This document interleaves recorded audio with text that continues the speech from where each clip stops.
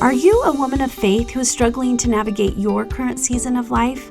Do you feel like life is just happening to you instead of for you? My name is Jill Pack. I'm a certified life coach and a member of the Church of Jesus Christ of Latter-day Saints. And I want you to know that no matter your season or circumstance, it is possible to create a more joyful life. And I would love to show you how. Are you ready? Let's go. Happy Tuesday, my friends, and welcome to the Seasons of Joy podcast. I'm so glad you're here. This is episode number 14, entitled Breaking the Fun Barrier. In this week's episode, I want to talk about how we limit ourselves when it comes to having fun. And I want to offer some suggestions that may help you break through your fun barrier if you're experiencing one. I recently finished reading Hendricks' book, The Big Leap.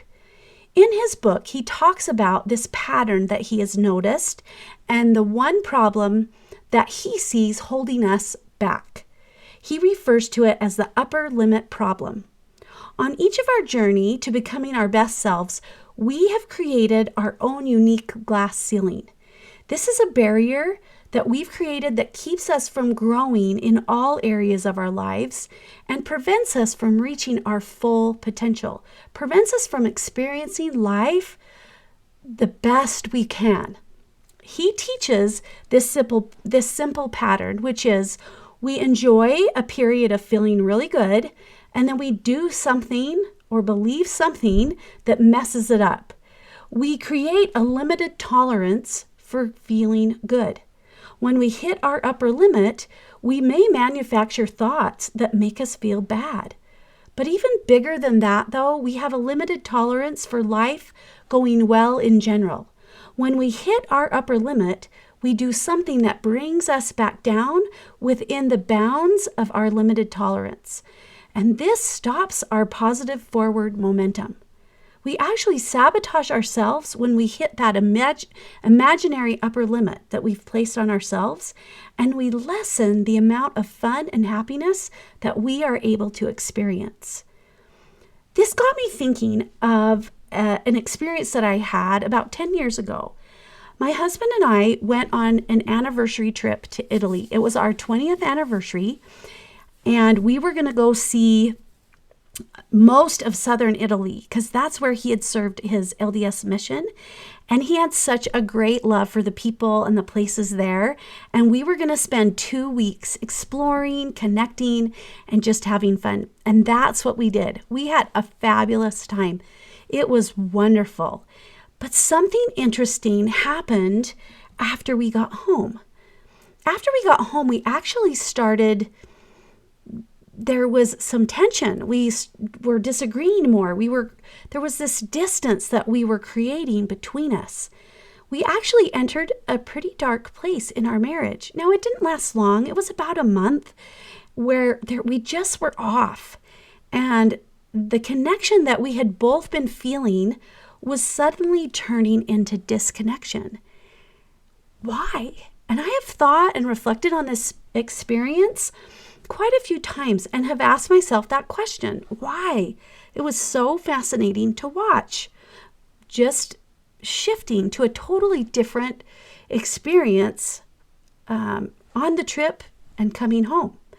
After reading The Big Leap, I actually could see how I had created an upper limit problem for myself. My tolerance for life going well and feeling good had bumped up against my glass ceiling. Now, I'm not saying that I did it on purpose or that I really even realized I was doing it. But in a way, I was bringing myself back down within the bounds of my tolerance level, getting myself back to a level of happiness that felt comfortable. Isn't that so interesting? Sometimes we set an upper limit on having and creating more fun in our lives without even realizing it. We view the world around us and we interact with it because of how we see things, by our thoughts and our beliefs. I want to share with you 7 false beliefs that I believe create this barrier, this fun barrier. It limits our ability to create fun and enjoy our life. They hold us back from creating a life we love. And in order to create and experience and express more fun and joy in our lives, we must learn how to overcome these barriers.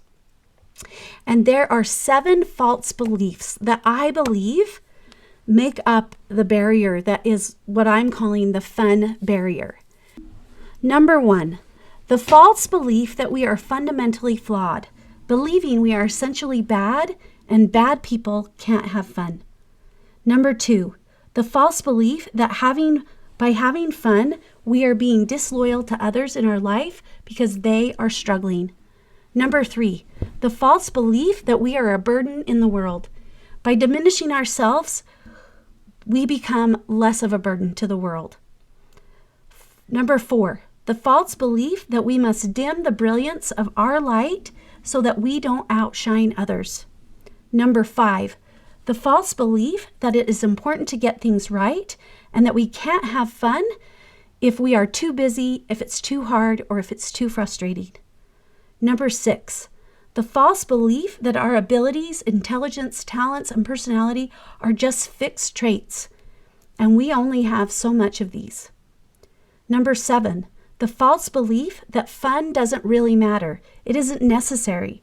There are more important things to do, and we need to be responsible adults. The good news is that when we understand we have been limiting ourselves by beliefs like these, we are actually able to begin to create new energy and a power within us that frees us and helps us to break through our own glass ceiling, our own fun barrier. Gary Hendricks says it really good in his book, and I wanted to share that quote with you. Understanding why we've limited ourselves liberates a new energy in us, which we can draw on to propel us to new heights of abundance, love, creativity, and I would add fun. As we spiral upward in our quest to express our unique genius, we will likely soar past ghosts and shadows of those old barriers. For this reason, it is best to think of our quest as a continuing journey of transcending upper limits. The payoff for the work is a gift of enduring value. We get to live in the full rainbow of our potential, in our zone of genius. In that exalted space, we enjoy the love, abundance, success, and fun we create, and our very presence inspires people wherever we go in the world. We transcend our upper limit problem each time we make more room inside of us to feel more love, abundance, creativity, and fun. It's done moment by moment. Moments are what fill our days. We can break through our fun barriers moment by moment by practicing new beliefs. I want to share a few with you that you are welcome to practice believing. I give you permission to believe whatever you want in order to create a life you love. Here are some of mine. We are amazing.